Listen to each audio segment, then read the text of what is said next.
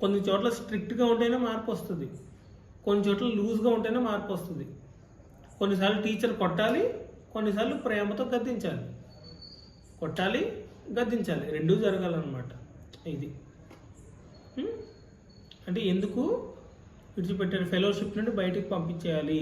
చర్చ్లో వాళ్ళని జడ్జ్ చేయాలి. మనం చర్చ్లో వాళ్ళని జడ్జ్ చేయాలి. వాళ్ళు తప్పు చేస్తున్నారు, అదే రిపీట్ చేస్తున్నారు, చెప్పిన తర్వాత కూడా రిపీట్ చేస్తున్నారు అన్నప్పుడు వాళ్ళని బయటికి పంపించేసేయాలి.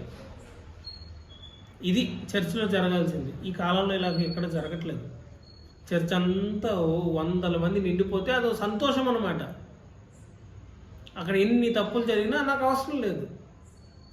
గొర్రెల కాపరికి గొర్రెల పేర్లు తెలియాలి కదా, కనీసం వాళ్ళ ఫ్యామిలీ బ్యాక్గ్రౌండ్ తెలియాలి కదా, వాళ్ళు ఏ పాపంలో ఉన్నారో తెలియాలి కదా.